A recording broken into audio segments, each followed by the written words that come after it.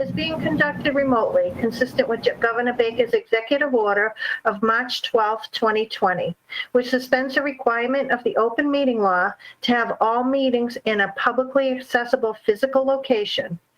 Further, all members of public bodies are allowed and encouraged to participate remotely as long as reasonable public access is afforded so that the public can follow along with the deliberations of the meeting. Ensuring public access does not ensure public participation unless such participation is required by law. This meeting will allow for public comment under agenda items, which are the public hearings. For the public to join the meeting remotely by telephone, please dial 1-408-650-3123 and enter access code 235-235-861. You can also join via the computer at https://global.gotomeeting.com/join/235-235-861. All supporting materials have been provided to members of this body. All supporting materials that have been provided to members of this body are available on the town's website. The public is encouraged to follow along using the posted agenda. Permit me to confirm that all members and persons anticipated on the agenda are present and can hear me. Members, when I call your name, please respond in the affirmative. Mr. LaLiberty? There we go. Yes. Mr. Berthium? Yes. Mr. Carpenter? Yes. Mr. Wren? Mr. Wren is absent. Town officials and employees participating, when I call your name, please respond in the affirmative. Town Manager Julie Jacobson? Yes. Assistant Town Manager and CFO Ed Kazanovich? Yes. And Administrative Assistant Sharon Kwiatkowski? I see Sharon, yes. We do have two public hearings tonight, and there is a call-in number for those of you who wish to speak during those public hearings. Is there a representative from Car Lots Incorporated joining us who will be speaking under this item? Yes, you have Jason Pruitt and Amanda Cameron from Car Lots. Thank you. When we get to that item, you will be recognized. Please note that the abutter notices that were mailed for the Chapter 61 hearing on the notice of intent to sell land at 50 Washington Street stated that the hearing would be held at 6 p.m. on January 25th. The hearing was posted for 6:15 p.m., so we will open the meeting at 6:15. We apologize for any inconvenience. Any abutter participating in this hearing can remain on the remote meeting until the hearing is opened at 6:15. Again, that's for the 61A land at 50 Washington Street. That hearing will begin at 6:15. Also, please note that I will be recusing myself from the public hearing on the notice of intent to sell land at 50 Washington Street, as I am an abutter and have been given guidance by the Ethics Commission to do so. Vice Chairman Tristan LaLiberty will chair the meeting for the purpose of that hearing. Also, please note that this meeting is being recorded by Auburn Cable Television. And please be reminded, members, that all votes will be taken in a roll call vote. We are now ready to begin the meeting. So we have a public hearing for Car Lots, Inc., a motor vehicle Class 2 license and auto repair license at 525 Washington Street. Is there a motion to open the hearing? So moved. We have a motion from Mr. LaLiberty. Is there a second? Second. We have a second from Mr. Berthium. By roll call vote to open the hearing, Mr. LaLiberty? Yes. Mr. Berthium? Yes. Mr. Carpenter? Yes. And the chair votes yes. The hearing is now opened. So we have Mr. Pruitt, is it? Yeah, you moved on my screen. You were over here a minute ago. Mr. Pruitt, welcome to the meeting. If you could just tell us a little bit about your intent and why you're before the Board of Selectmen tonight. Sure. So Carlock has a signed lease for the property in front of you tonight. We're here for our Class 2 vehicle dealer license as well as the repair license to operate this location. We are new to this region, so you may not have heard of us, but Carlock is a young company. We're growing rapidly, and actually we just went public and are publicly traded on the NASDAQ as of late last week. So unlike other vehicle dealers, Carlock is a consignor, which means that we don't actually own our inventory. What we do is we provide sellers an opportunity to sell their vehicles through a retail channel when otherwise they would not be able to. Then buyers are able to buy these cars with the benefit of having the cars gone through an inspection process and having financing options available to them. And then, of course, the vehicles are sold at a great price. So we're a little bit different model than most dealers. And like I said, we are new to your area. We're excited to be coming to this region. And if you have any questions at all for us, we're happy to try to answer them. Thank you. And Mr. Pruitt, are you the one that attended the DCG meeting? Yes, Amanda and I attended that meeting as well. Okay, so you're familiar with the conditions that they've recommended on the application. Yes. And are there any board comments or questions?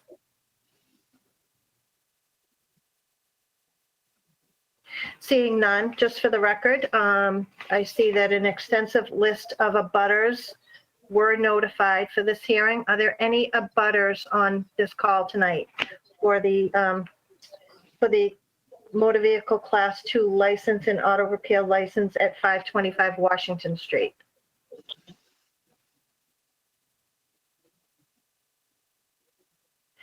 Seeing no abutters and seeing that there is no comments or questions from board members, is there a motion to close the hearing? So moved. Is there, we have a motion from Mr. Berthium and a second by Mr. LaLiberte. By a roll call vote, Mr. LaLiberte?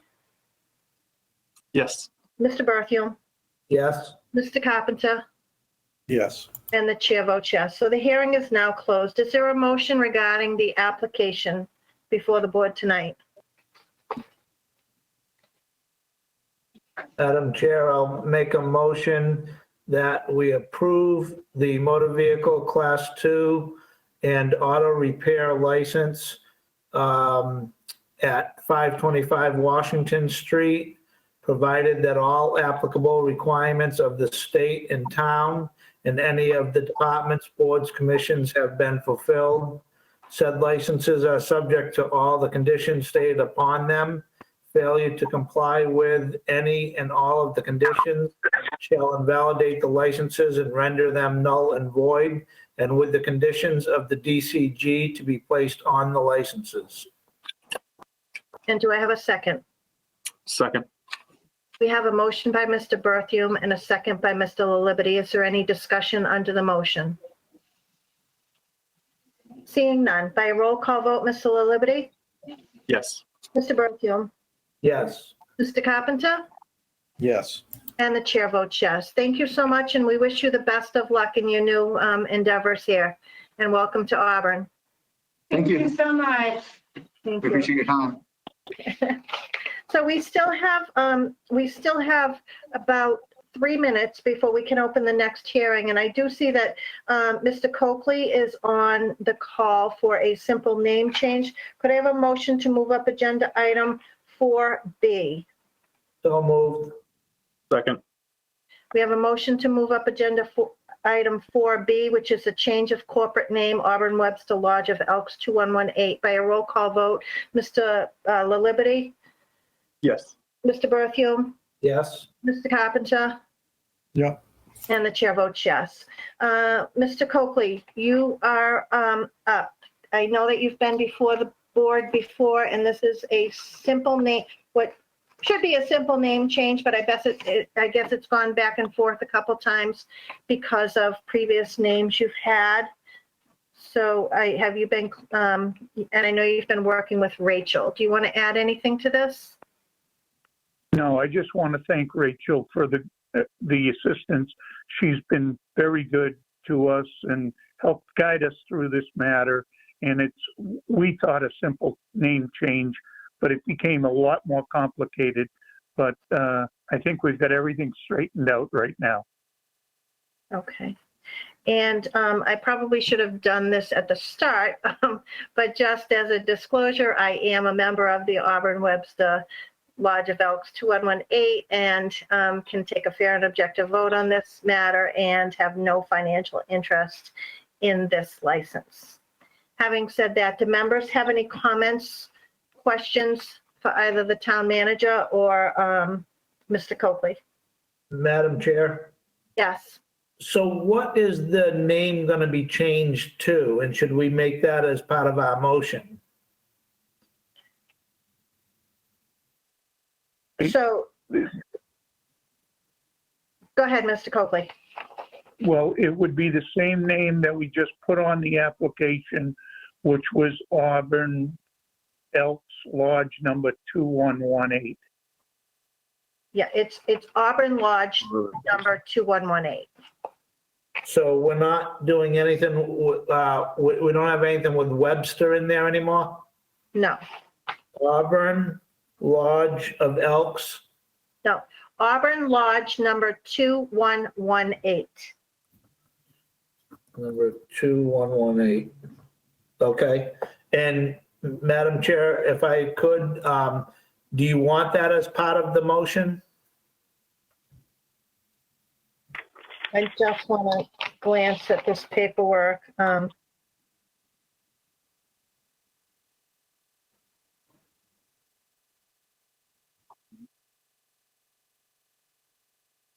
would make the motion as written on our thing. A motion would be in order to approve the change of corporate name with the revised attached documents as requested by the ABCC.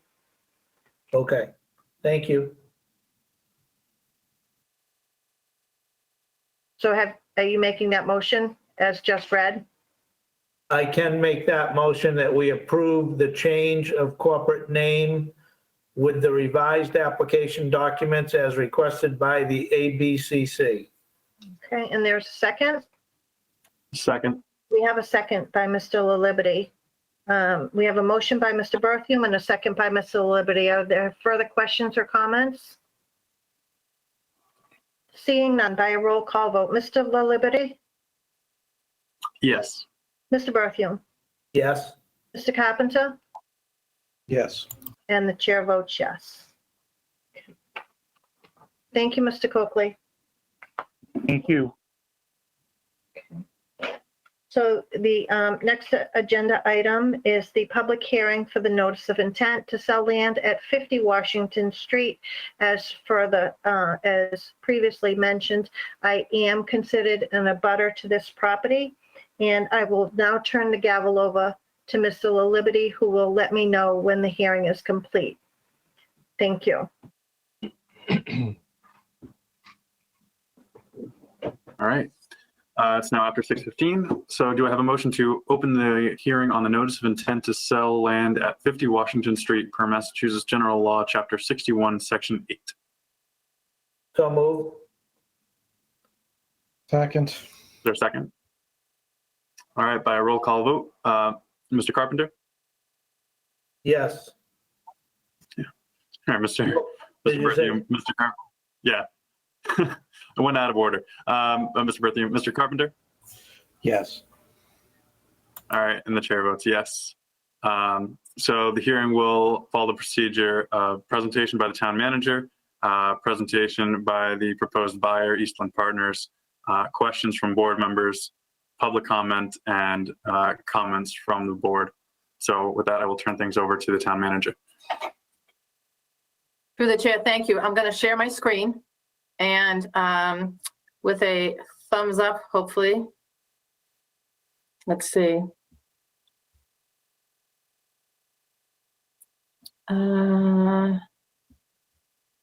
Let's see. There, can everybody see that? Okay, great. And everyone can hear me then? Great. So I'm going to walk you through this presentation, which really explains the process of selling land under Massachusetts General Law, Chapter 61. So the process that's defined by the law is that I won't read it all. You can certainly see it, but for anyone who's watching any abutters, I want to make sure that I explain it. So the town received a notice of intent to sell land per Mass General Law, Chapter 61, Section 8, at 50 Washington Street. That letter was dated December 10th, and it was received by the town on December 14th, 2020. The seller is James G. Cutting and Laurel A. Post, and the buyer is 190 Washington, Auburn, LLC, for the purchase of approximately 30.5 acres of Chapter 61 land located at 50 Washington Street. The proposed use of the land is commercial, and we'll talk about that a little bit more. And the purchase and sale agreement states that the purchase price is $450,000.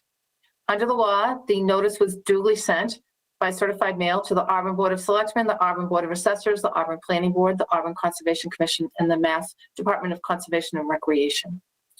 The Board of Selectmen, and I should note here that in addition to our Assistant Town Manager, Ed Kazanovich, tonight we have Seth Willard, who is our Chief Assessor. So if there are any questions related to the assessing after, we can go through that as well.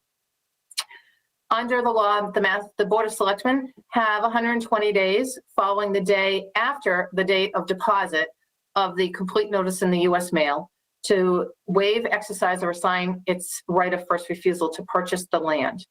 The Board of Selectmen must therefore take a vote to waive, exercise, or assign its first refusal option.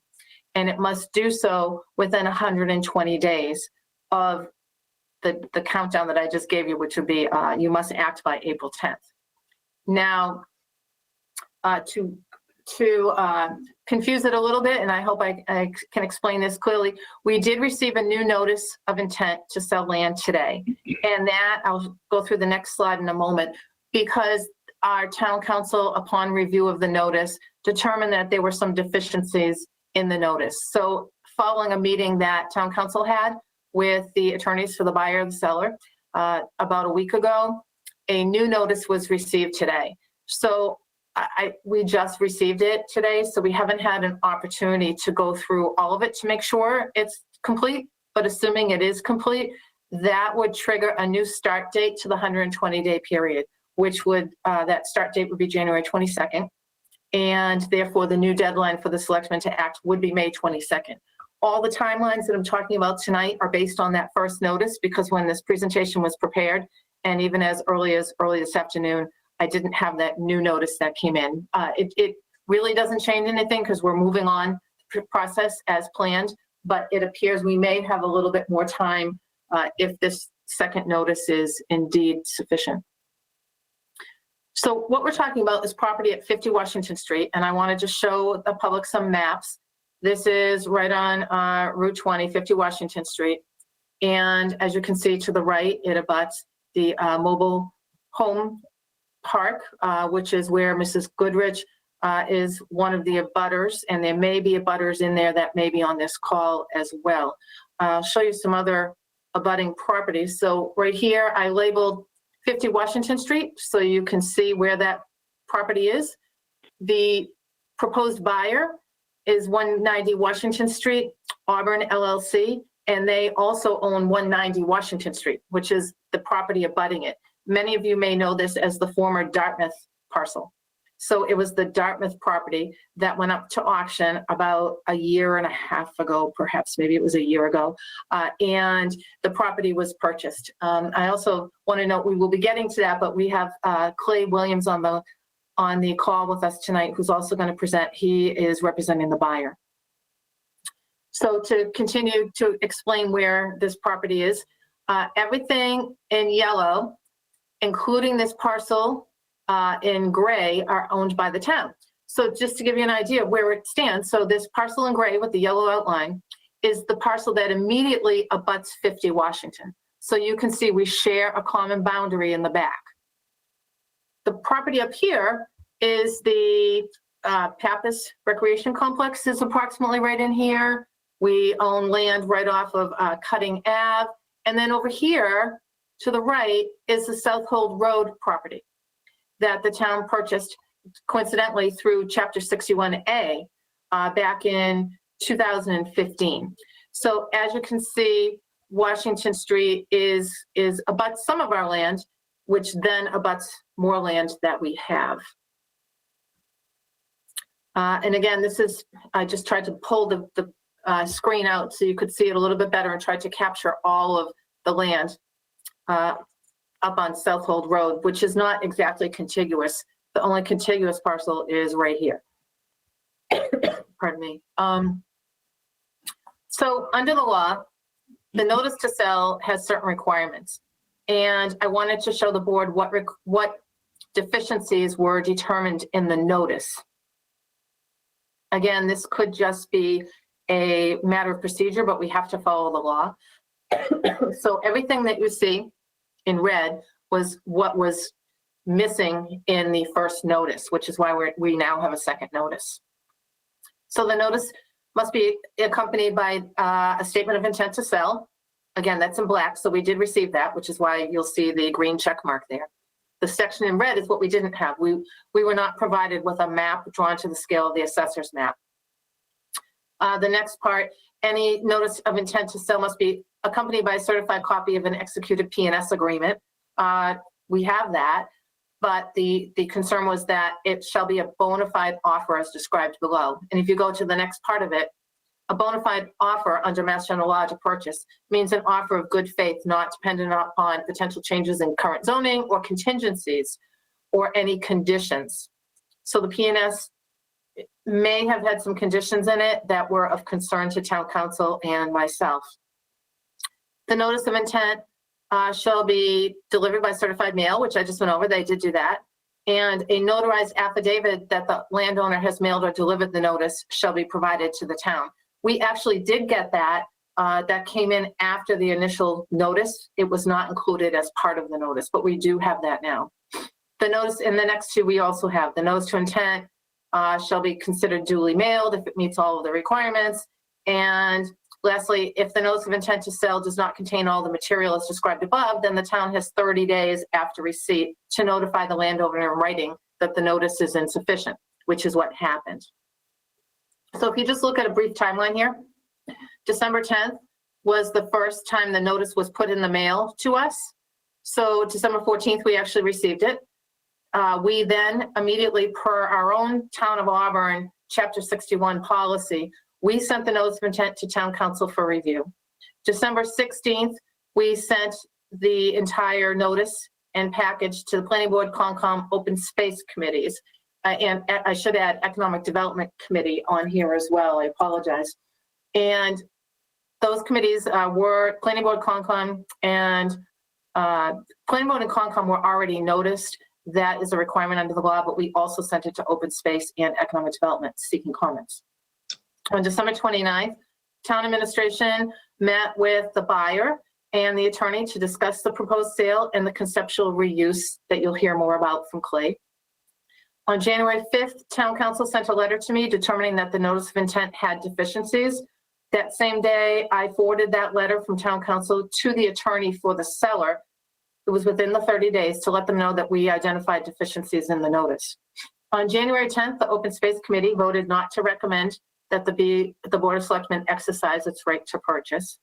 On January 11th, I presented the notice of intent at a Board of Selectmen's meeting, which was your last meeting. And at that meeting is when you agreed to set up the public hearing for this tonight. And it should be noted that this public hearing, we did notify the abutters within 500 feet of this. On January 12th, the Planning Board voted not to recommend the Board of Selectmen exercise its right to purchase. And on January 13th, we sent out the notices to the abutters for tonight's hearing. Also on January 13th was the date that Town Council met with the attorney for the seller and the attorney for the buyer to discuss these deficiencies, as I mentioned earlier. And I put here that the 120-day timeline will start once the new notice is mailed. And again, that was received today. And as long as it's complete, then today starts the 120-day countdown. On January 13th, the Conservation Commission met to discuss this item, and they did not take a vote. They instead said that they'd like to walk the property at their prior to the next meeting, which is this coming Wednesday, January 27th. I wrote to the attorney for the seller seeking authorization for the Conservation Commission to walk the site. and receive that immediately. So the Conservation Commission will be walking the site this Wednesday. Again, today, the town received the new notice of intent. Tonight is your hearing, and then again, this Wednesday would be the Conservation Commission. I also want to add, in the process of all this, when we sent this notice to all the department heads, we heard back from all the department heads, but for one, that there was absolutely, they could not think of any current or future use for this land. The police chief did write back that at some point, if the joint public safety facility was no longer a joint public safety facility and we were looking at potentially a single police station, which we're not, that this land may possibly be able to hold that, but he was not suggesting that we purchase it because right now that is not the plan. The plan is to move forward and pursue a joint facility, which cannot be located on this parcel. It's too far in the corner of one part of the town. So just to go through this quickly with the board, again, you have three options. You can exercise your right of first refusal, in which case, if you exercise it, which means you're going to purchase the land, you have to follow all the terms and conditions in the purchase and sale agreement. So you'd have to purchase it for $450,000. For the board to vote to do that, you need to have authorization to spend those funds. You can't take that vote without an authorization from town meeting. So if the board does decide to go forward and exercise its rights to purchase, we would have to set up a special town meeting and get authorization to spend.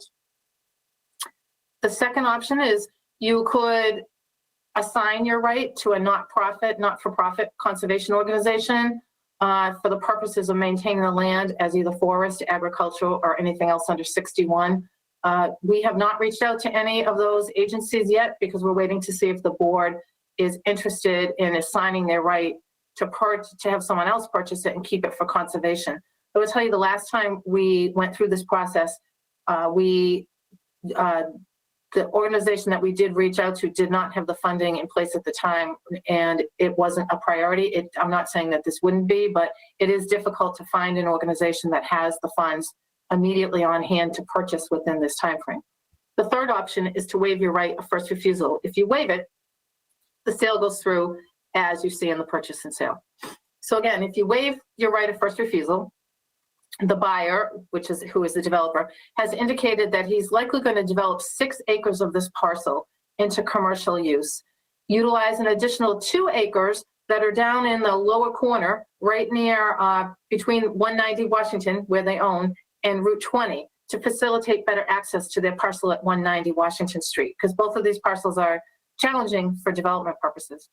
And the buyer has indicated that he will donate approximately 20 acres of the backland to the town that is not developable, which abuts other town-owned land. So that goes back to the map that I showed you. If the developer donates approximately 20 acres to the town, we will increase our open space that we have at that parcel behind this. And that section could not be developed anyway. The buyer has indicated that there is no definitive use at this time, as many options are under discussion, and you're going to see a presentation shortly on what some of those options are. If the town waives their right of first refusal, just want to point out some of the revenues that we would receive.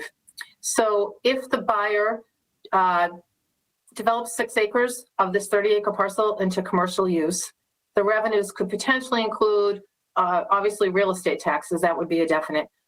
Auto excise taxes, depending on the use. Again, if for any reason it was residential, which is not the proposal here, if it was something to do with cars, where we were able to put an excise tax on the vehicles that were there, either through a business or a lot, that would be another potential revenue source.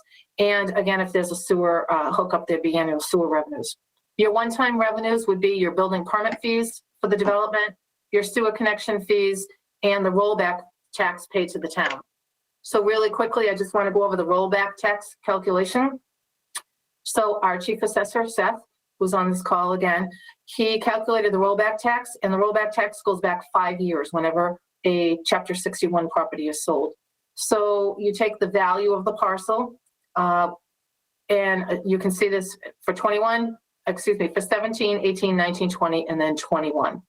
And you look at the current assessed value which obviously the assessed value is reduced when it's a 61 property because it's tax exempt. So right now, it's valued at $2,991 right here. That's the Chapter 61 exemption that exempts it from value and therefore from taxes. So that if it was not ever a 61, Chapter 61, you go back for 5 years for the rollback upon the sale, and the town would get $92,274.86. So I'm almost done here. This last slide, and I absolutely can't read it, and I wrote it, so I'm sure you're all going to have a bit of a hard time seeing this yourselves. So basically, this is a timeline. Again, this is based on the notice of intent that came in on December 14th. It's not based on the new one. That new one's going to push everything out 5 weeks, but we did want to keep moving on this process because it's only fair, we feel, to the potential buyer and the seller to keep the process moving, even if our end date is extended because of the new notice. So basically, right now, we're here. The board is having your hearing. Under option 1, we are going to suggest that you, at the end of tonight, vote to continue this hearing until February 8th. It will give the board members an opportunity to hear whatever is said tonight, think about it, and come back. And we'll also give the Conservation Commission time to take a look at the parcel and make their recommendation to you. On February 8th, if you continue the hearing and then close it, if you vote that you do not want to exercise your option and you want to waive your option, then that's the end of it. The process stops. That's option 1. If the board decides they want to exercise their right, then you're going to have to schedule a special town meeting. Now, initially, again, this is based on that first letter that came in. You'd have to schedule that special town meeting by March 16th. To be held on March 16th. So you'd have to take a vote on February 8th to hold the town meeting. That then carries this timeline out. We have to have an opportunity to open the warrant, close the warrant, develop the warrant, mail the warrant, and then hold the special town meeting on March 16th. Keep in mind that with this new notice, if that was the case, and if this new date of later in May, I think it was May 22nd is the date, then you're adding approximately 5 weeks to this date. So you're bringing it to maybe mid-April. Still not enough time to bring it to the annual town meeting. So under any circumstance, you would have to have a special town meeting to authorize or appropriate the funds to purchase that $450,000. So that is the timeline. I'm going to stop now, and through the chair, if you have any questions on this part of the presentation, I'm happy to answer them, and then we can turn it over to Clayton Williams, who can show the board some of the conceptual development options that the buyer would be looking at if indeed they purchase this land. So I leave it up to you, Mr. Chairman, if you want to go through with the next presentation, or you want to have any questions of the board members now. I'll ask the board if they have any questions for the town manager at this time, and then we can always go back to after the presentation from Eastland Partners. So do members of the board have any question for the town manager? Mr. Chair, I do have a question regarding the look back on taxes. Yeah, on that particular slide that you just brought up.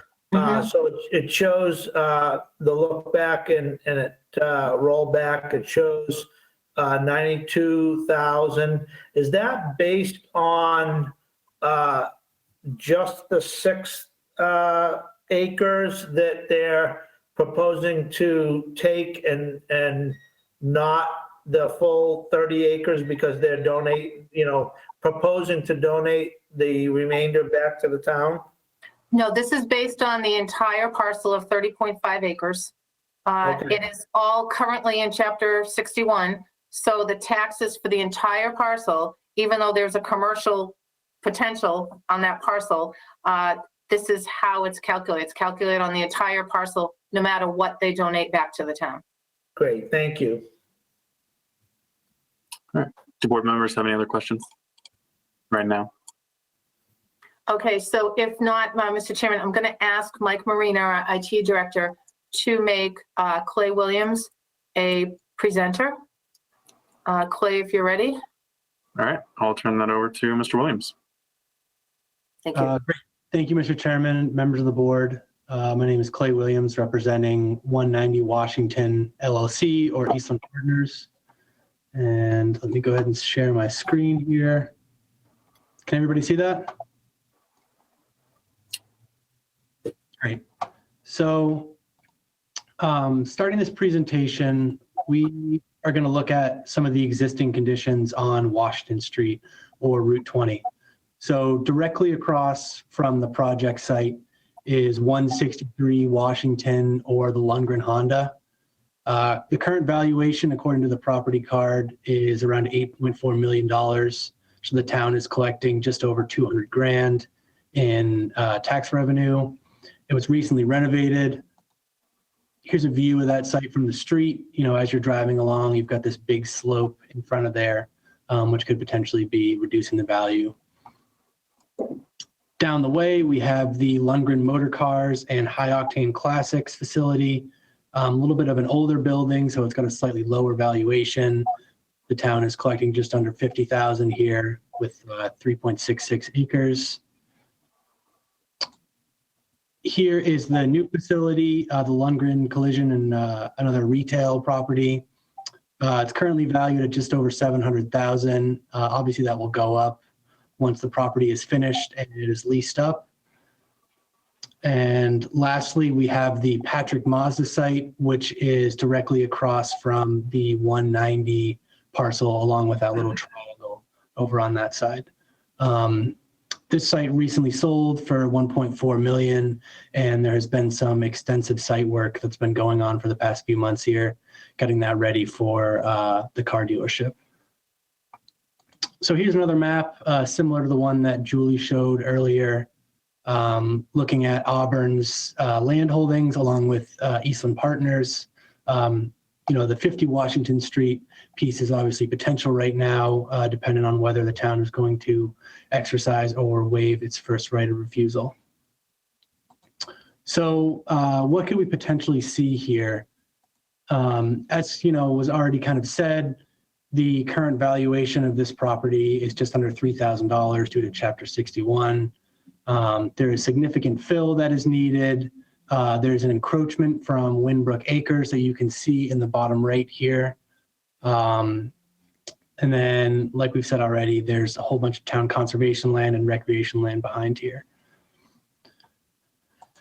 So what we've been talking about this whole time is somewhere around a 6-acre pad site.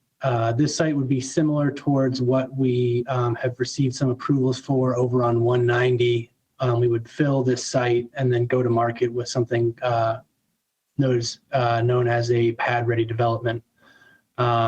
We feel that it would be in the town's best interest to waive your first right of refusal. You'd be able to recoup years of that lost Chapter 61 tax revenue.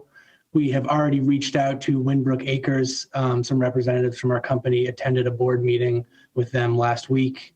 And like it's already been said, you know, we're going to give the rest of the land to the town. It serves no use for us. And Eastland has donated hundreds of acres into conservation over its 30 years. So before we go on and talk about these potential uses, no final uses have been chosen here. We don't even own the property yet. After looking at what is currently existing on Washington Street, you know, it kind of gives us an idea along with current zoning of what could potentially go here. So the first thing that probably comes to mind would be a car dealer. There's already 2 of them on the street and they do tend to cluster. You know, the property across the street is just over 6 acres. So if that's valued at $8.5 million, maybe a brand new facility would be slightly more. So you could potentially be looking at, you know, over $215,000 in yearly tax revenue. You'd be right at grade with Route 20, so you wouldn't have that big riprap slope that the Honda dealership currently does. Another potential use would maybe be some sort of retail center. These tend to have a little bit higher valuations, so maybe the town would collect somewhere around $360,000 in yearly revenue. And then lastly, under current zoning, office uses are heavily encouraged. These tend to be valued slightly less than retail.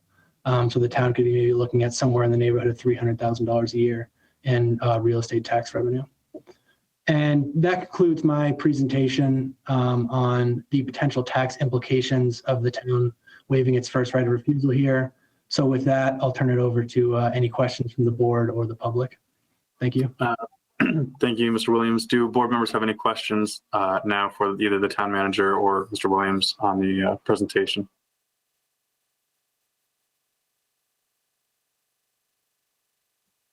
All right. Seeing none, I'm going to open it up for public comment. Is there anyone from the public or any abutters that have any comments or questions?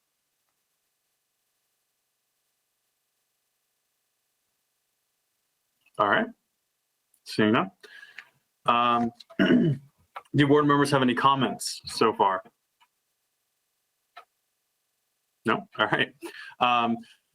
Well, since the Conservation Commission is going to be walking the site and holding their meeting this coming Wednesday, and then going to take a vote to recommend or not recommend the board's actions, I'd entertain a motion to continue the hearing until that would be our next meeting on February 8th. Mr. Chairman, can I just add one thing before you finalize that vote? I'm sorry. I just want to add, in case anyone does raise this question, if the buyer donates, say, 20 acres back to the town, we're not going to be losing a lot of tax revenues. And I'll have Seth jump in if I'm not saying this right, or I'd like him to explain it. But the back acres don't have the value that the front acreage of 6 acres has that they're proposing to redevelop. So even if they did not donate the land back to the town, that 20 acres isn't going to generate a lot of tax revenues because it's not developable land. And through the chair, if I can just ask our assessor if I got that right. Seth, can you expound? Yes, thanks, Julie. Yes, the backland is classified as that. It is called backland. And as such, it's got a valuation that's much lower, approximately $5,000 an acre. So if you take the 20 acres times 5,000, it might be roughly valued at 100,000. But it's not, obviously, if it was owned by the town, it would be exempt. But all the value is in the primary lots or the frontage on the street on Route 20. So if Eastland Partners did go through with this transaction and donated the backland, it'd be pretty insignificant as far as valuation. Great, thanks, Seth. Thank you, Mr. Chairman, for letting me add that. I should have added that early in the presentation. Sure, thank you. All right, so as I said, I'll entertain a motion to continue this hearing until February 8th at our next meeting. Mr. Chairman, I'll make a motion that we continue the public hearing 450 Washington Street until February 8th at 6 p.m. Mr. Carpenter has made a motion. Yeah, Mr. Berthium. I'll second that for discussion. All right. Second for discussion, Mr. Berthium. Yeah, so, Mr. Chair, I'm wondering, so we're talking about the Conservation Board going and doing a walkthrough there. Is that, are they going to come back and give us any more information than we already have to decide whether or not we want to deny our option to purchase the land? And certainly if Mr. Carpenter has any input on this, I don't know why we're waiting to do that. I'm not seeing any reason why we would want to buy the land and give up the revenue on that space. So, do we continue the hearing, or do we just vote on something tonight? If I can, Mr. Chairman. Mr. Carpenter. We did hear from the town manager. We just got a new notice of intent that hasn't been gone through. So we need to make sure that we have gotten sufficient notice. So I would think that would be a legal issue with us voting one way or the other. And I do believe by law, we need to get the Conservation Commission's recommendation prior to us taking any action. As we know from the Dartmouth property, which is, was the golden mile for many years, for those of us who sat through numerous town meetings, we know that these properties have significant wetland issues. And, I welcome the fact that we're potentially going to add 20% of protected habitat area to an area that we've kind of encroached on and then created some issues with wildlife. So, to me, I think those are the two reasons why I would want to do that and continue it. And I feel that we would be legally obligated to do so. And I think we should let the abutters also get a chance to, this is the first time they're hearing anything. They haven't had any comment as of yet, but this is a major change to their neighborhood from a relatively agricultural, abutter to something much more traffic centric, which I'm not making a judgment positive or negative about the proposal. I'm just stating that, we should let them have a chance to process the information. I didn't have this presentation in my packet, so I'd like to go through it again myself just before, and that's all I have. Thank you. Thank you, Mr. Carpenter. Mr. Chair, I Yes, Mr. Murphy. totally respect what Mr. Carpenter just said, and I'm happy to move forward and vote on the motion that was made. All right, then by roll call vote, Mr. Berthium, Yes. Mr. Carpenter, Yes. and the vice chair votes yes. It is unanimous. So we will reconvene with this public hearing on February 8th. Thank you, Mr. Williams, and thank you, Town Manager Julie Jacobson. I'm going to now turn things over back to our chair. Just send her a message. While you're doing that, if I may, I just want to thank Clay Williams for participating, as well as any abutters who are here. And just to follow up with Mr. Carpenter, he's correct. The board members didn't see this tonight. We don't normally present the information that we're going to present at a public hearing in advance of the public hearing. We usually wait until that public hearing. So I apologize. I should have said that all along, that tonight's the first time that any of you are seeing this. Again, it's because we did think that you'd have another 2 weeks to absorb all the information. So I'm glad that the board did vote to continue this. I think that makes sense. Thank you. Thank you, Mrs. Jacobson, and thank you, Mr. Liberty, for handling that hearing. And thank you for the text message summoning me back. So moving on with the agenda, we have another presentation under public hearings and presentations on the proposed Library Goddard Park pedestrian bridge project. I'm going to turn it over to Mrs. Jacobson, who can make the introductions. I see our library director is here, and I'm not sure who else is here for this item. So Mrs. Jacobson.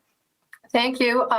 If Mike Marino could, I think I'm still a presenter, so I'll bring up my next screen. But yes, we do have our library director, Jean Collins, on. And what we're sharing with you this evening is, let me just get the right one up here. Hold on. Let's see. Here we go. The presentation we're sharing with you this evening is the first time that we've presented this to the Board of Selectmen.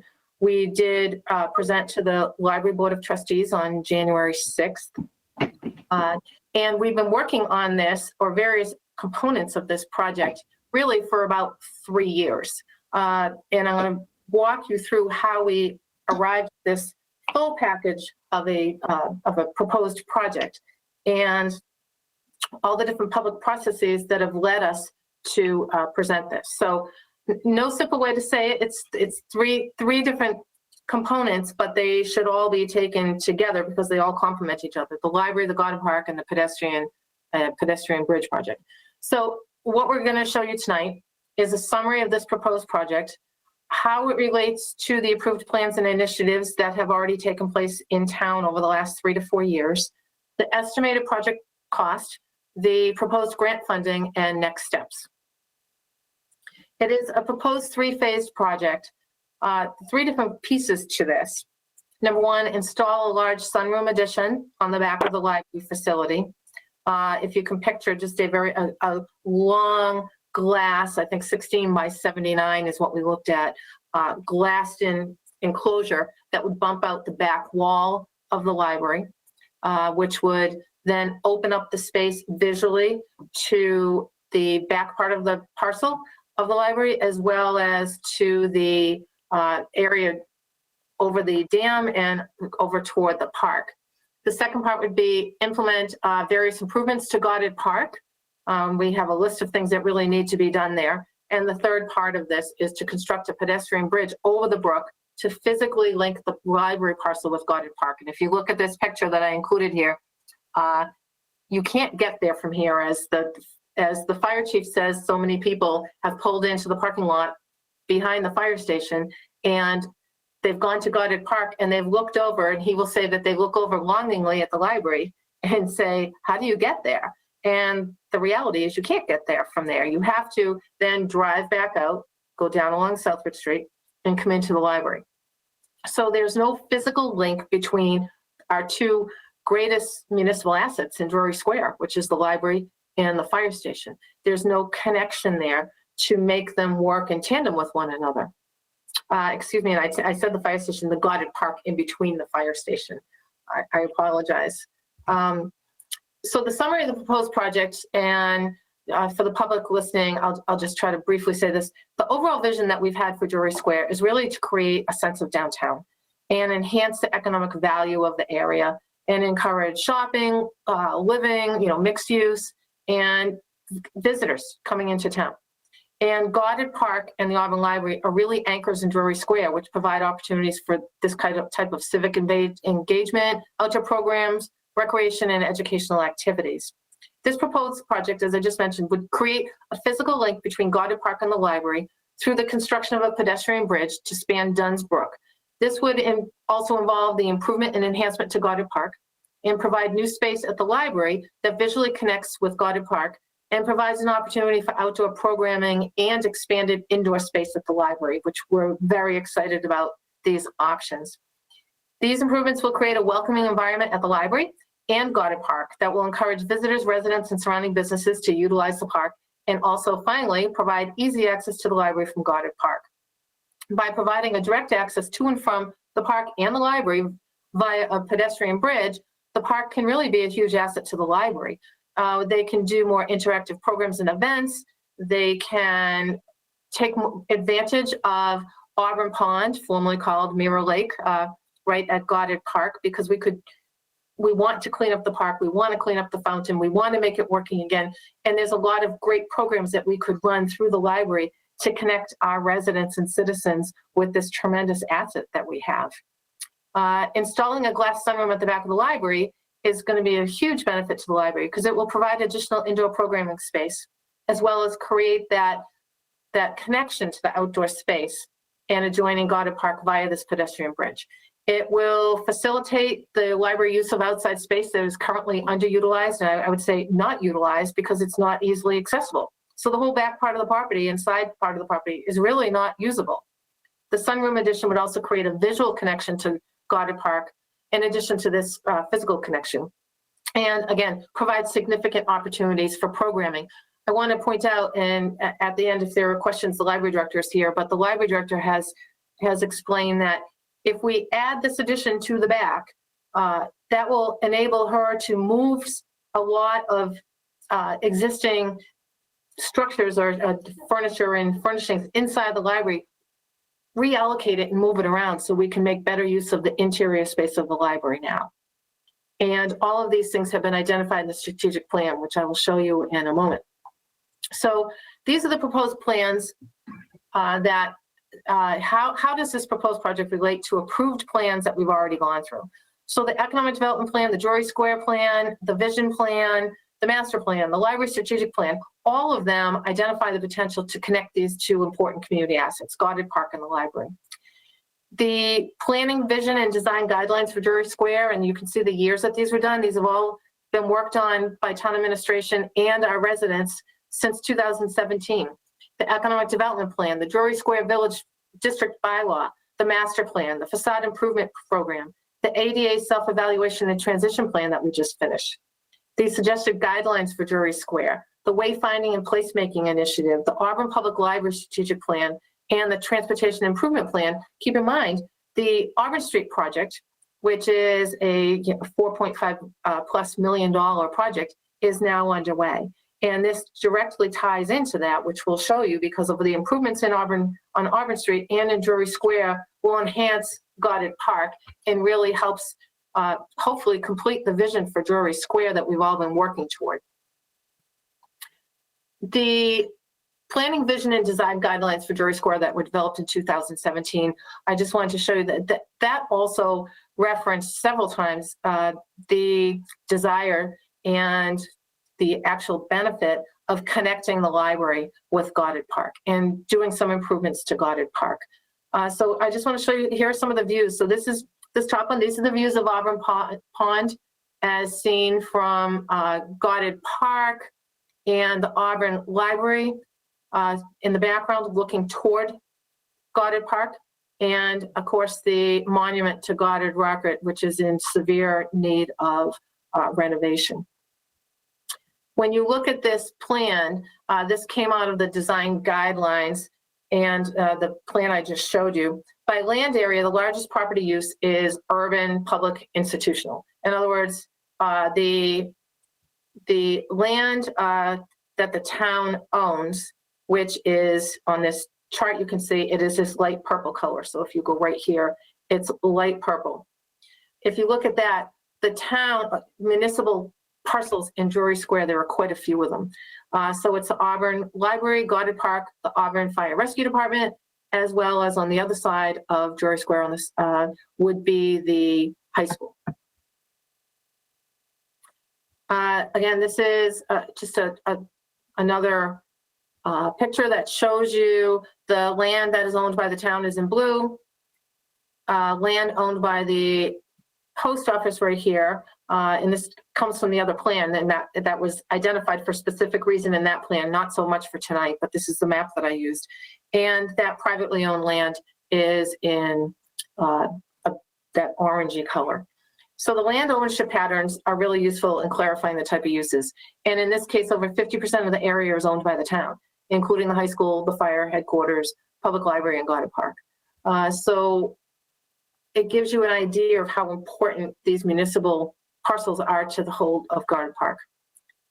I pulled out a few things because I wanted you to see where this was identified in the planning, vision, and design guidelines. Specifically, it stated to improve Goddard Park to incorporate more public amenities, such as a canoe launch, kayaks, a walking trail around the pond, a new pedestrian bridge connecting to the library site. A covered bridge was suggested in one of our charrettes that was held for residents. More benches, a covered seating area, or a gazebo, which actually we did not have that at the time, 2017, but that is now in the plan for the Auburn Street improvements that are currently underway.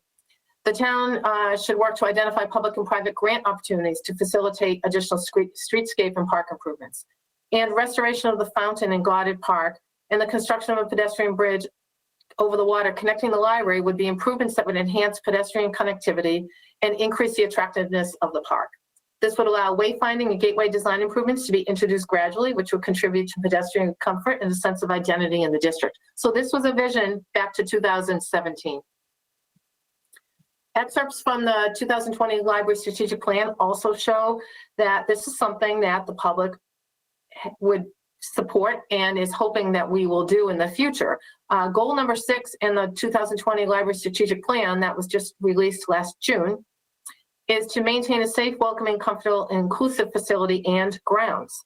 And I say and grounds because we haven't done a lot with the grounds and the outside of the library. And it's time that we turn our focus to doing that because it can enhance our programming at the library. Goal 6.1 was to optimize the interior and exterior spaces to meet a diverse, evolving operational and community needs. Another strategy was to expand the library's physical footprint to increase programming opportunities and flexibility, which the sunroom addition would do. And then to connect the parcel to Goddard Park through a bridge, we could then expand activities and have certain activities outside. And a couple of these are just quotes that came from people who participated in the community survey. The library should be redesigned to highlight its proximity to and view of this lovely little pond, which is at the back of the library with currently little access and no viewer relationship to the library. The pond is so picturesque and practically no one will ever know it's there. This would also highlight Goddard Monument, which is also frequently overlooked. Redesigning the library to highlight its proximity to the pond and tying this into the whole redesign of Drury Square would create an incredibly beautiful and welcoming space, which people will utilize once they realize it's there and it's accessible. And then a couple of other comments: add a Zen garden outside with a bridge to Goddard Park. And again, make a Zen garden. So the public has absolutely been stating that they would like to see us do something to expand the use of the library, something to connect it to Goddard Park, and something that would connect it through a pedestrian bridge to other assets in Drury Square. The economic development plan also focused on these things: create a town center, create a walkable district, currently looking into utilizing more of the public areas. I won't go through all of the quotes on that.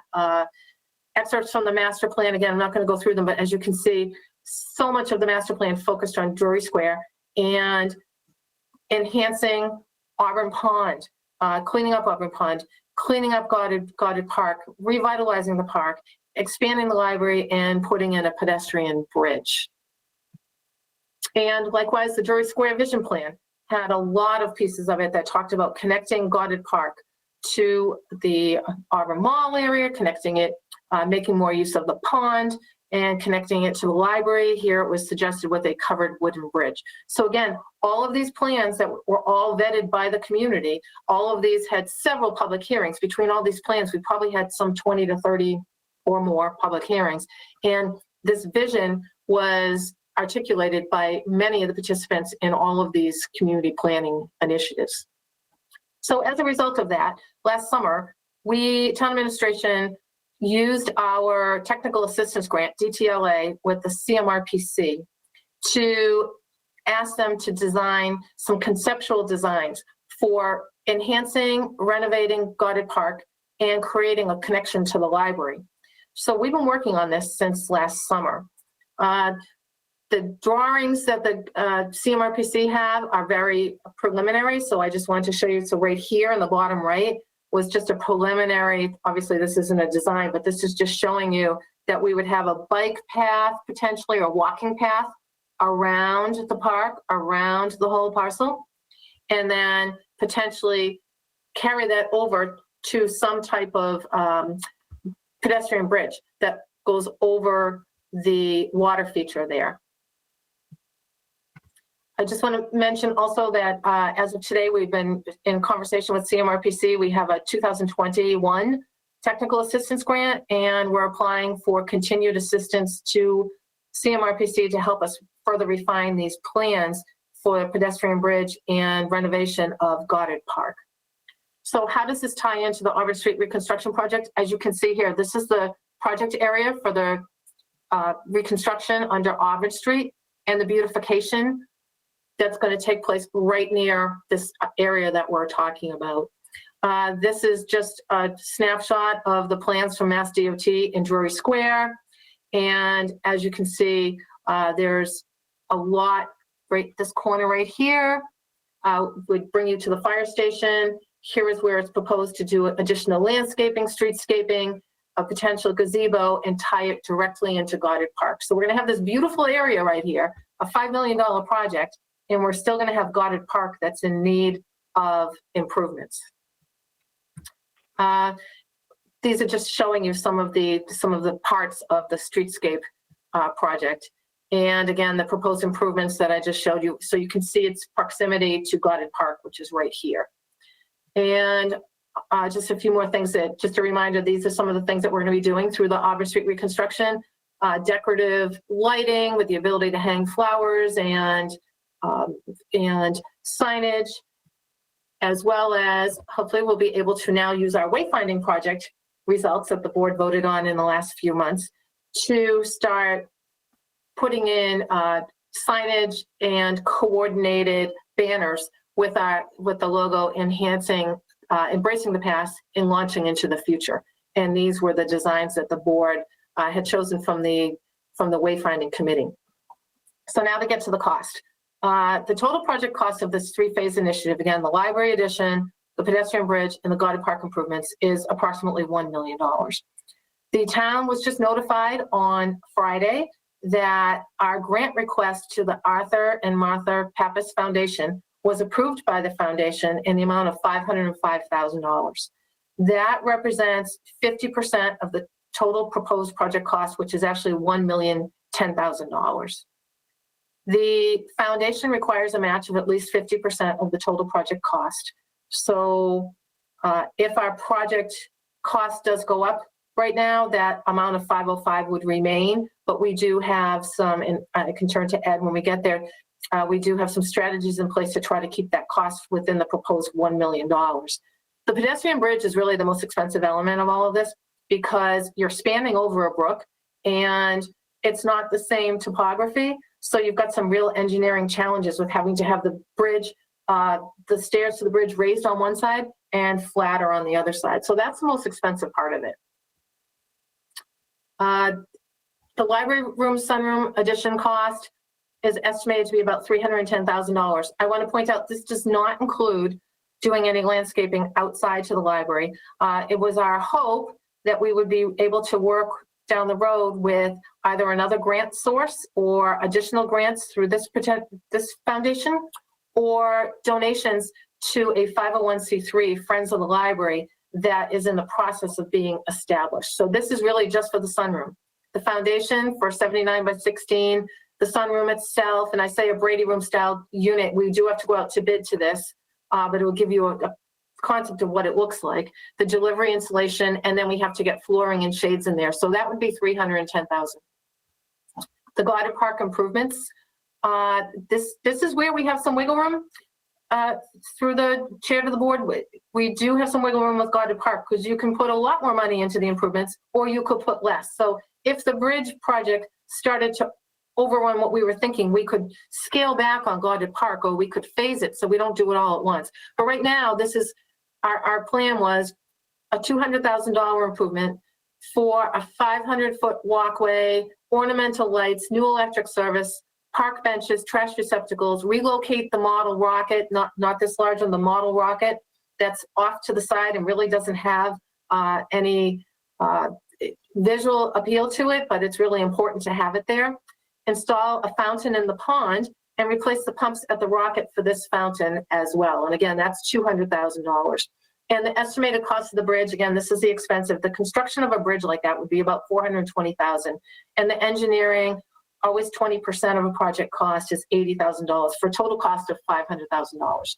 So the total project cost of the three components here, 310, 200, 500, and for a total of $1,010,000. And this is the last piece. What are our next steps? When I was putting this together to share with you, we were looking to seek approvals from the foundation for a $500,000 grant. We did receive those approvals on January 21. So I put that in here.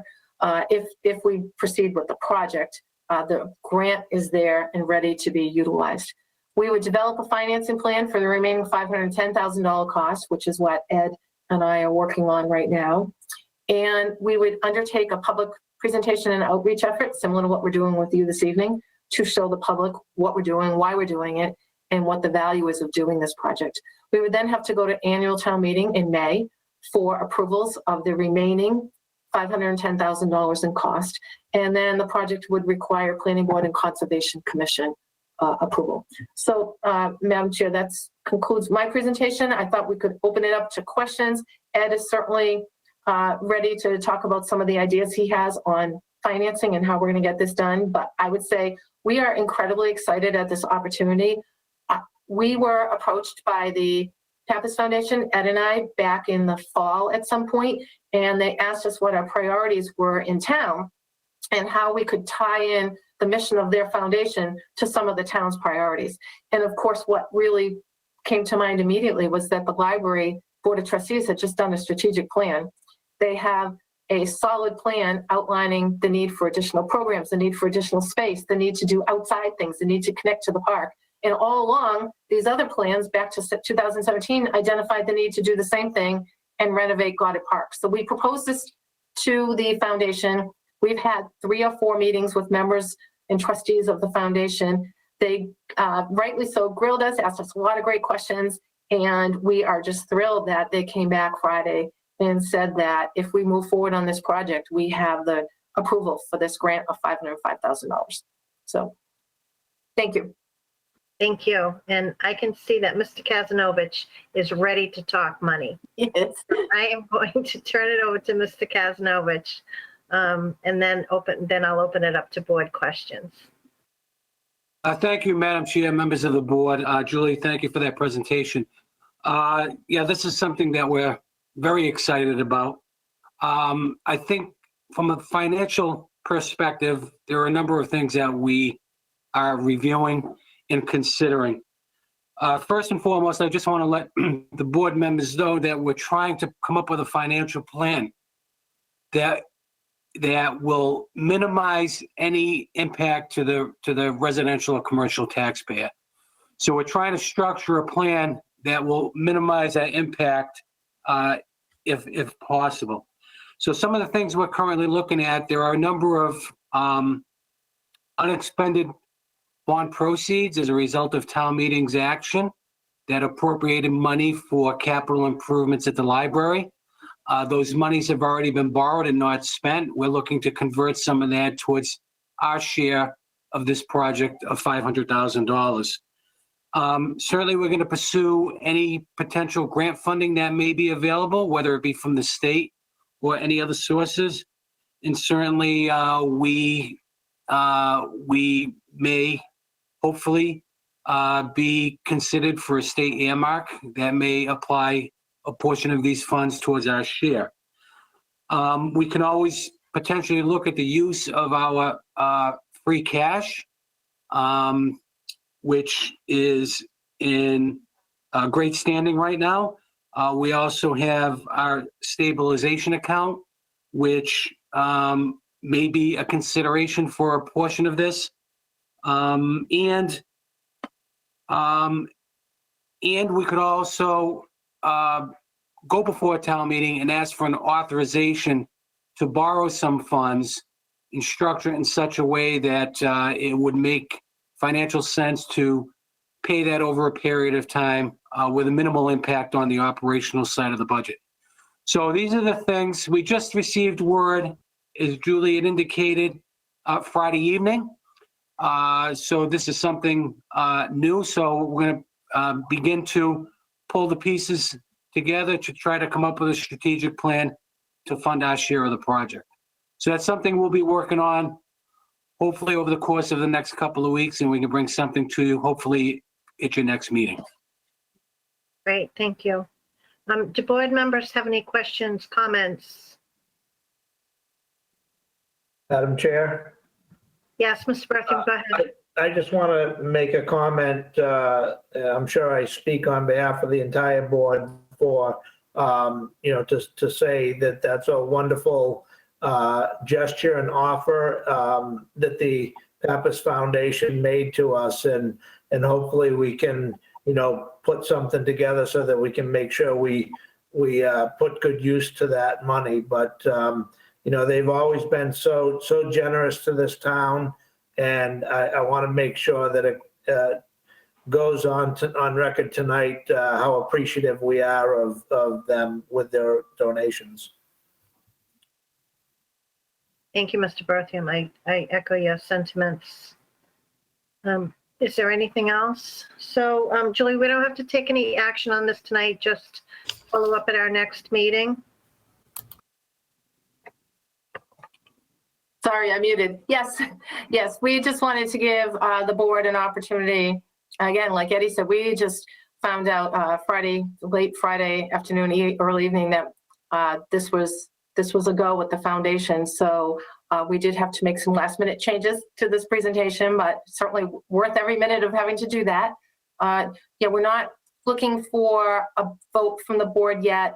We will ultimately, as I said, we will be looking for a vote of the board to support this, because if we do proceed, which we would like to do, we would have a warrant on the town meeting article that we'd be looking for your support, as well as the finance committee.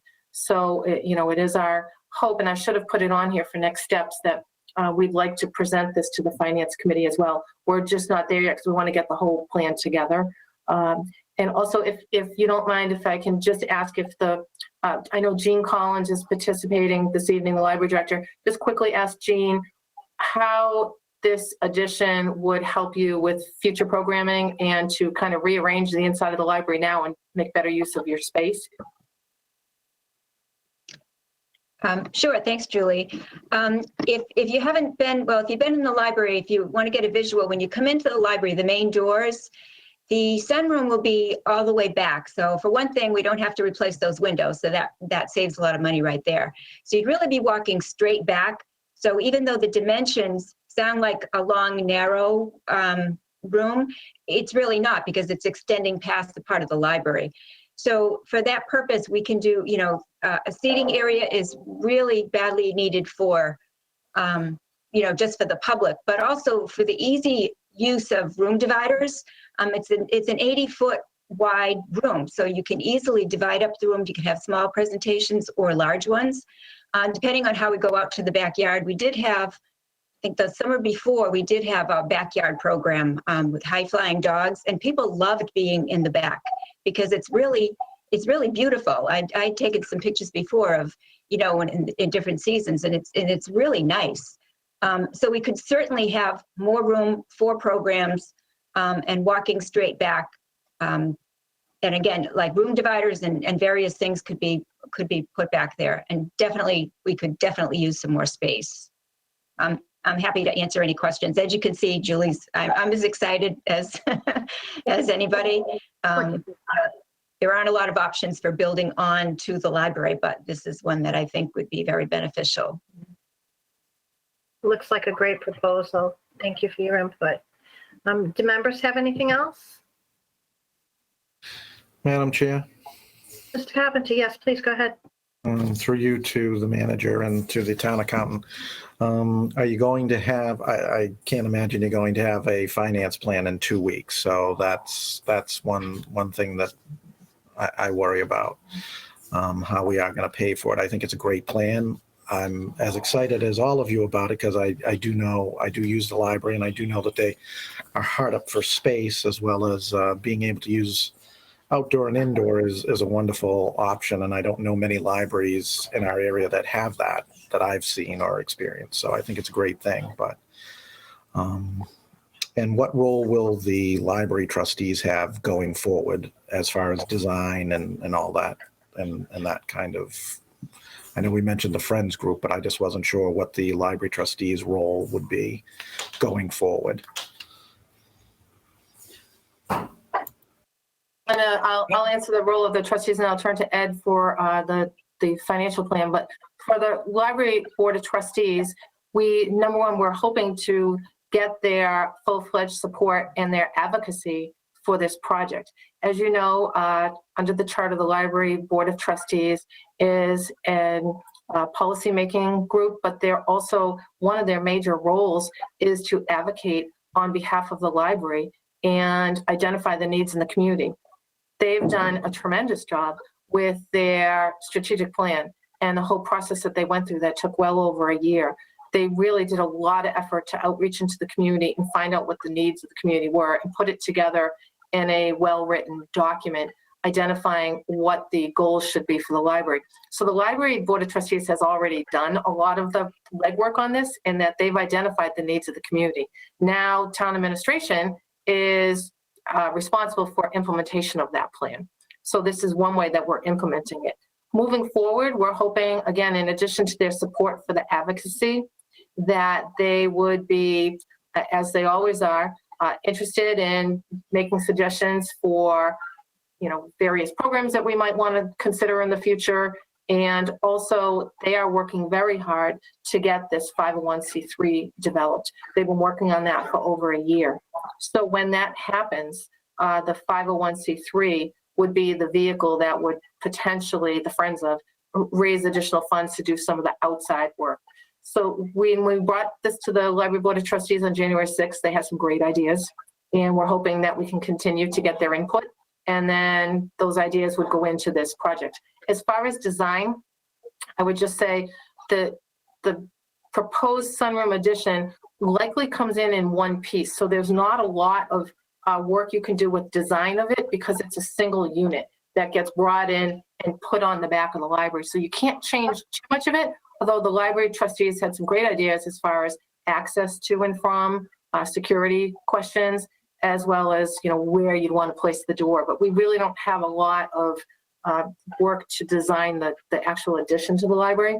But when it comes to the design of Goddard Park, there's a lot that we can be looking at. And we would be bringing this public presentations to the community to get some of their concepts nailed down. We already have a lot of concepts that came directly from the residents. So we're trying to put those concepts to a vision and a plan that everybody can see. And I would turn it to Ed for discussion about the financing plan, because we have been working on this for a couple of months already, but I'm going to turn it to Ed. Thank you, Julian, and through the chair to Mr. Carpenter, because I know you raised this. Like Julie said, this is something that we started working on, started thinking about when the foundation first indicated to both Julie and I that they were interested in doing something in Auburn. And so not only thinking about the funding aspects that I identified a little earlier, but even in terms of when this thing goes out to bid, we're thinking that in order to hold the finances in check, when this thing goes out to bid, if we bid it in such a way that there are add-alts, so certainly we can remove maybe some of the potential enhancements at Goddard Park, and phase it in over a period of time and exercise those add-alts or those aspects of the project that we may not be able to finance up front, but certainly with a long-term plan, we'd be able to accomplish that by identifying some future revenue sources or building it into our capital improvement plan. But we're hoping through a strategic financial plan that we'll be able to tackle this entire project all at once. And that's something that we will hopefully finalize in the next couple of weeks, and we can then update the board, hopefully your next meeting. Thank you. If I can just ask one more question, Madam Chair. Of course. It's about the geese in the area. And I know they've made quite a mess in certain parts, so I guess that's how do we control the geese situation that has kind of bedeviled part of the nice part of the outside library area? Through the chair, that has always been a problem, Mr. Carpenter. You're right. That makes it very difficult.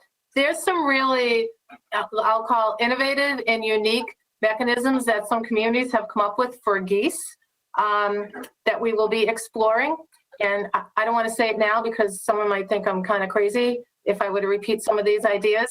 So I don't want to do that yet, but there are ways to do that. And I'm not talking about doing anything dangerous to the geese. I'm talking about some other non-violent, non-harmful mechanisms for having the geese move on to new territory, so to speak. But again, when you have a water feature, you are always going to have a problem with birds and geese. That is going to happen. But just by an example, certain things can be designed so that they, the backs of certain benches can be designed so that a bird wouldn't sit on them. Can happen with the fountain. There are some things you can do. There were some unique things that we're looking at, but we recognize that that's a problem, but we also don't want to stop the redevelopment of the park because of the geese. We just hopefully want to do something that will get them to move along to another lovely park somewhere. It's a great question. Do you have anything else, Mr. Carpenter? No, thank you. You're welcome. Any other members have any questions or comments? No, thank you. Thank you for the presentation. Thank you, Dr. Collins, for being here. If there's nothing else, we'll move on with the agenda. So the next item is under Board of Selectmen General. Oh, I knew this was going to happen. Come on. Board of Selectmen General items. We have Dippin' Donuts, 913 Southbridge Street, an application for a common victualer's license. And is the applicant here? Yes, Good evening, and thank you for your patience. We had a couple long presentations, but good we evening. appreciate your wait. Thank you. So go ahead and tell us a little bit about your plans and your project for Dippin' Donuts. Okay, my name is Anduela Strebi, and I'm here to present Dippin' Donut 913 Southbridge Street here in Auburn. It's been 4 years now I work in this place, in this store. It's a coffee store, and I like it. That's why I wanted to buy this store, and I applied to get a license from Board of Selectmen. And I'm not gonna do any renovation or changes in this store. I'm not gonna change anything. So everything is gonna be the same. Sorry, everything is gonna be the same. I like the people. I like everything here is so good in this area. Okay, I promise I'm gonna do my best. excellent. Well, congratulations. Thank Do you. members have any comments or questions? Seeing none, I do know that you met with DCG and you went over, some of the recommendations that you need to provide an updated emergency contact with the police and fire department. If you intend to change any signs, you need to go through the building department. And you're gonna, go ahead. No, I'm not gonna change any sign. That's why. Okay. Sorry for my. And just continuing working with the Board of Health to make sure that all the documents are, in the proper name for transfer of ownership. Okay, thank you. Yeah, and otherwise, I mean, what a great story, working there for 4 years and then having the opportunity. Yes, since the first day, May 1st, 2017. I'm Wow. working here every day, yeah. Oh, congratulations, that's a great story. So if members have no questions or comments, is there a motion?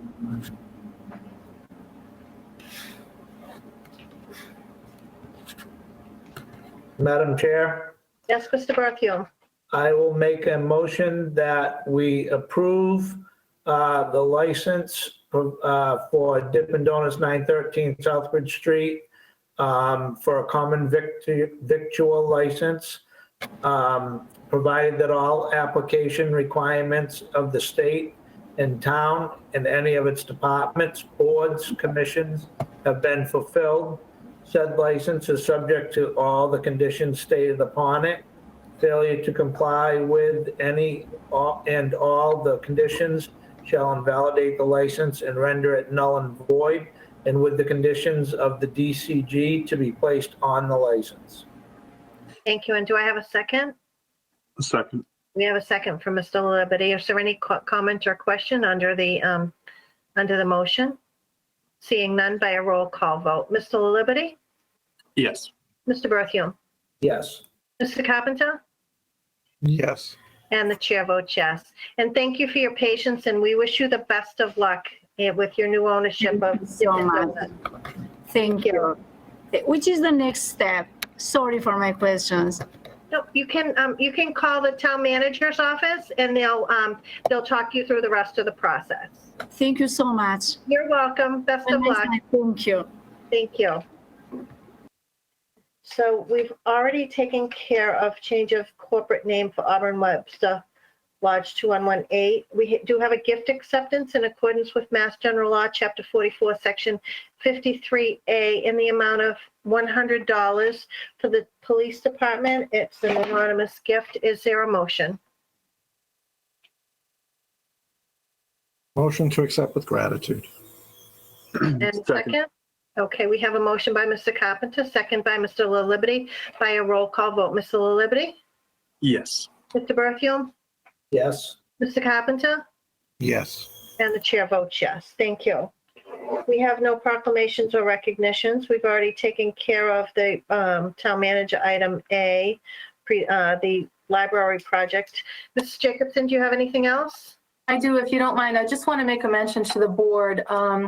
Obviously, we're getting a lot of phone calls. I know you all are also about the vaccines. And I just want to say we're absolutely aware that the public is anxious, they're concerned, and they just want information. They just want to know when they can get their vaccines. The town has been working for several weeks, if not months now, to prepare to have a vaccine clinic at such time that vaccines are available to us. We went through a process back in November to have all of our EMT and paramedics certified to deliver the vaccine, to administer the vaccine. We also have some volunteers that have offered to administer the vaccine when we get it. And we have applied to the state to have a vaccine clinic at the senior center. We are waiting for final confirmation on that. And most importantly, we're waiting to see when we'll get the vaccine. We're reluctant to say when we're going to have the clinic, even though we do have plans in place. The minute we know we're going to have a vaccine, we're going to be able to roll out that clinic within an hour. We're prepared. We've purchased the refrigerators, the freezers. We have everything ready to go. We need the vaccine. So there is a process that we follow to get the vaccine. And once we get it, we have to follow the state's plan for administering the vaccine in the phases that are outlined by the state. And that plan does change frequently. So we're keeping up with that. But the most important thing we want to make the public aware of is we know that we need to get the vaccines out there. We want to do that for the Auburn community. We want to do that for residents and businesses. We've already administered vaccines to emergency management, first responders, and some of the health care workers in town received the vaccine on Friday. Those are all within the first phase. So as the next phase comes up and we actually get the vaccine in hand, we can start having a clinic. And again, we may not be able to even announce that until a day before, because that may be when we get the vaccine. And then when we get the vaccine, we have to use it quickly. There is a shelf life to all of this, and there's a lot of planning to all of this. So we are working on it. Just because nothing's been released doesn't mean that there isn't a plan in place. We have a great plan in place. We just need the final approvals, and most importantly, which we pretty much know we're good to go for the clinic. Most importantly, we need the vaccine. And there are delays. My understanding is, and I don't know this for sure, but my understanding is from a call today with the state, there are some delays on the federal level with getting some of the vaccine to the states. Once that gets worked out and the vaccine is distributed to those vaccine sites, we will get this underway. And again, it may be a very short notice. And again, it's going to follow the process that we have to follow through the state. So we want the public to know we are working on it. We're ready to go. And as soon as that vaccine is available to us for distribution, we'll be able to open our clinic. And our thought is to do it based on the numbers and based on how these phasing goes, probably either one day or at most 2 days a week. We've calculated how many people we can vaccine per hour. And knowing that ultimately our hope is that we can vaccine everybody who falls under all three phases and be able to do this for the entire community. I know our public health department wants me to make it clear to the public, if you are eligible for a vaccine and have an opportunity to get it somewhere else right now, we encourage you to do that. If this vaccine gets distributed to the pharmaceuticals, if it gets if CVS, Walgreens, if they get vaccine, if Harrington Hospital opens it up to the next phase, and you as a resident have an opportunity because you're eligible for it at that point to get it, we encourage you to do that. Don't wait for the town's clinic to open, because we are waiting for the vaccine that we can distribute. So if there's another opportunity for you, please take that opportunity. And then when we get the vaccine, we'll certainly make sure that we notify those who are next on the phased list. Great, thank you. And you're right, we have been receiving lots of calls about you know, what we're doing and how we're assisting, you know, especially the seniors of Auburn. So thank you for that update. You're welcome. And I should add that when we do get the vaccine through the chair, we plan on having a clinic just for seniors.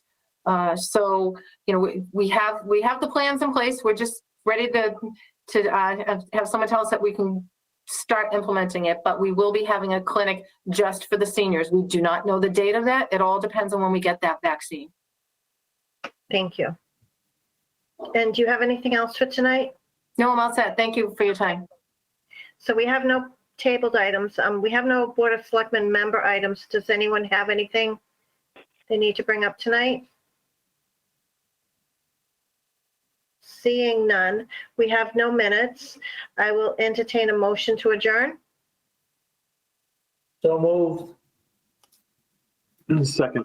We have a motion by Mr. Berthium, a second by Mr. LaLiberte. By a roll call vote, Mr. LaLiberte? Yes. Mr. Berthium? Yes. Mr. Carpenter? Yes. And the chair votes yes. We are adjourned. Thank you, everyone. Good meeting. Thank you.